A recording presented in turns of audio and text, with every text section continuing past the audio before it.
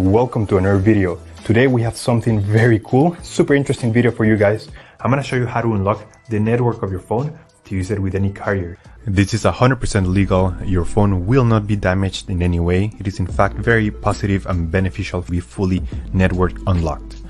Because your phone's resale value will increase because your phone will be compatible with any other carrier worldwide. We're gonna begin. So to start, we're gonna get the phone's IMEI number. That's a unique number for every phone. So to get it, simply dial *#06#. As you will see, your 15-digit IMEI number will appear in the screen of your phone. This number is very important. It represents the ID of your phone, and keep it somewhere close because we're gonna use it in a few seconds to unlock this phone.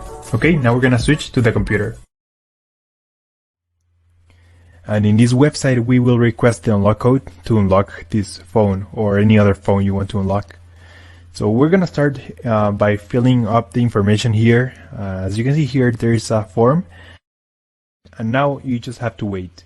You have to wait until they send you your unlock code. This may take 5 minutes and up to 3 or 10 business days. It depends on every brand.